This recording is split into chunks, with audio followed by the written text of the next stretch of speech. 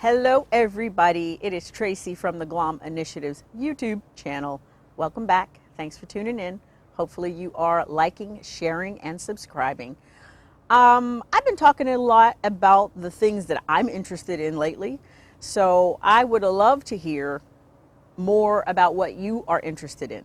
So please send me comments, send me messages, and let me know the things that you might be struggling with, the things that you're curious about, and topics that you might want to hear me discuss or see me have a conversation, watch me have a conversation with someone about. So please do that for me.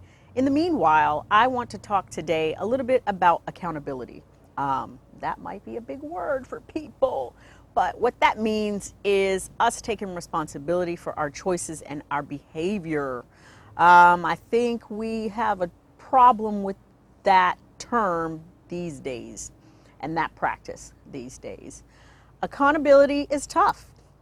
It requires courage, honesty, and self-reflection. Sometimes it's really, really difficult to be accountable and take accountability for our actions, decisions, behavior, feelings.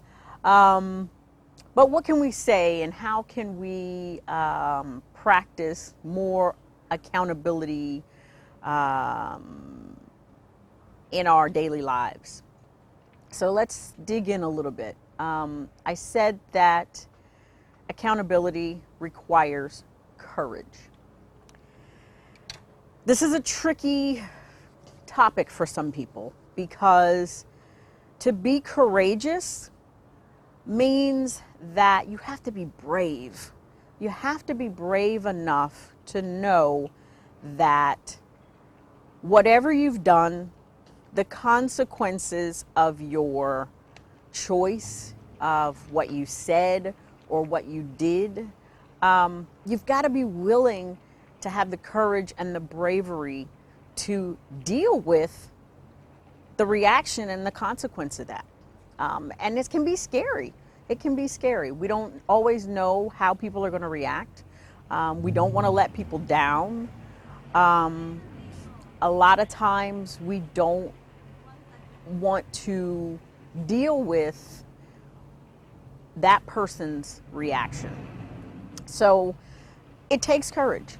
And like I said, it takes bravery. And it's a good thing to model to, say, our kids. You know, a lot of times people lie.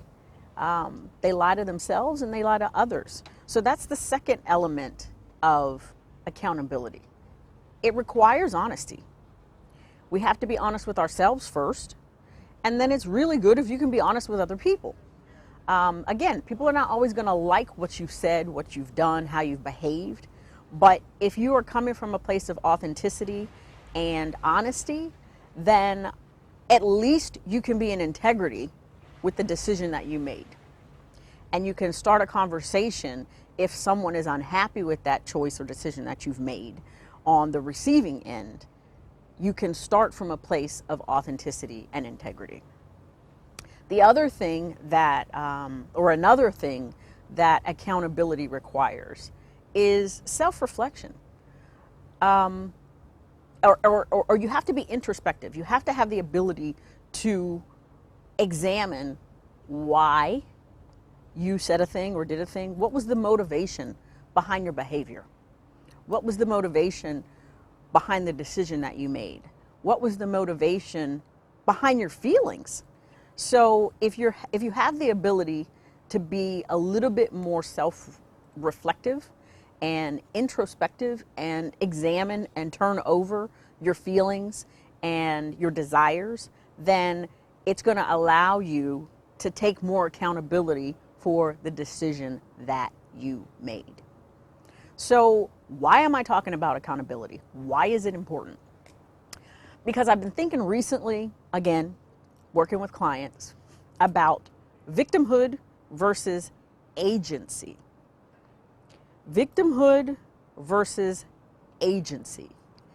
Agency is our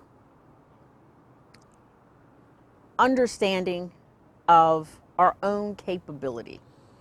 and our own power. And we can either choose to look at things from a victim status, or we can have more agency and autonomy over our experiences by feeling like we're in control and we're capable. But you don't get to have agency and autonomy, in my opinion, without accountability. Yes, things happen to us.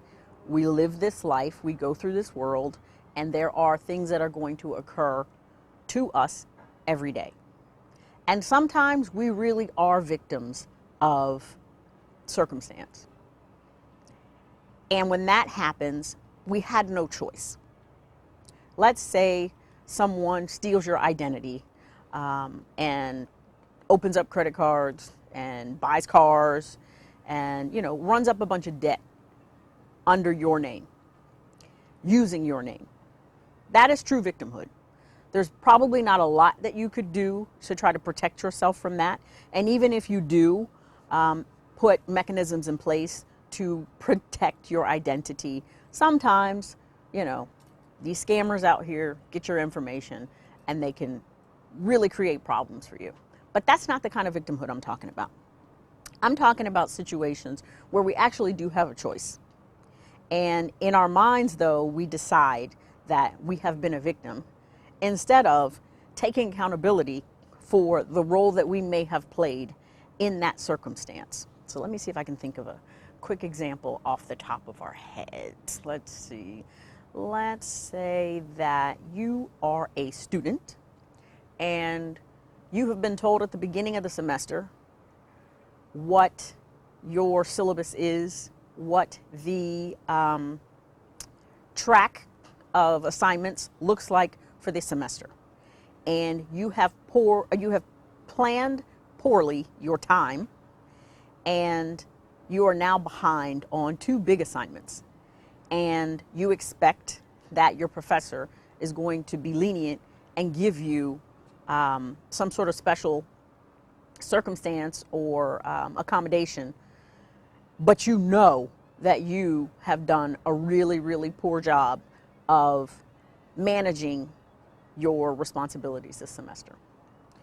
Do you deserve to have the accommodation or the exception made for you?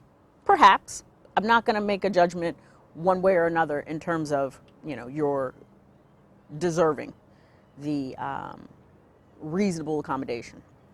But what I am going to talk about is, what role have you played in the fact that you're not getting your work done on time?